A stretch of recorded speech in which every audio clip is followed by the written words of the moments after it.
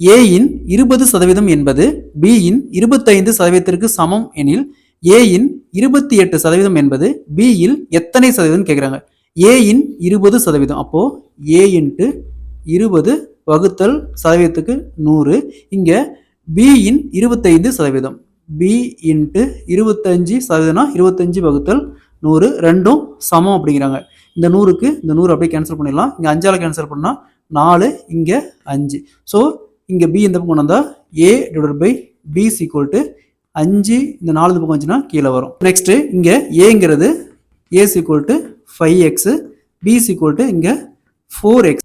So next பாருங்கள், ஏயின் 28%, ஏங்கிறது 5x, அப்போ 5x இன்ட்டு 28%க்கு டிவைட் பை 100. ஸோ 100 5ஆல் கேன்சல் பண்ணால் 20.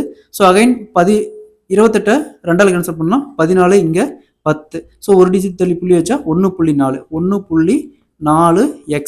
ஸோ ஏயின் 28%, 1.4x.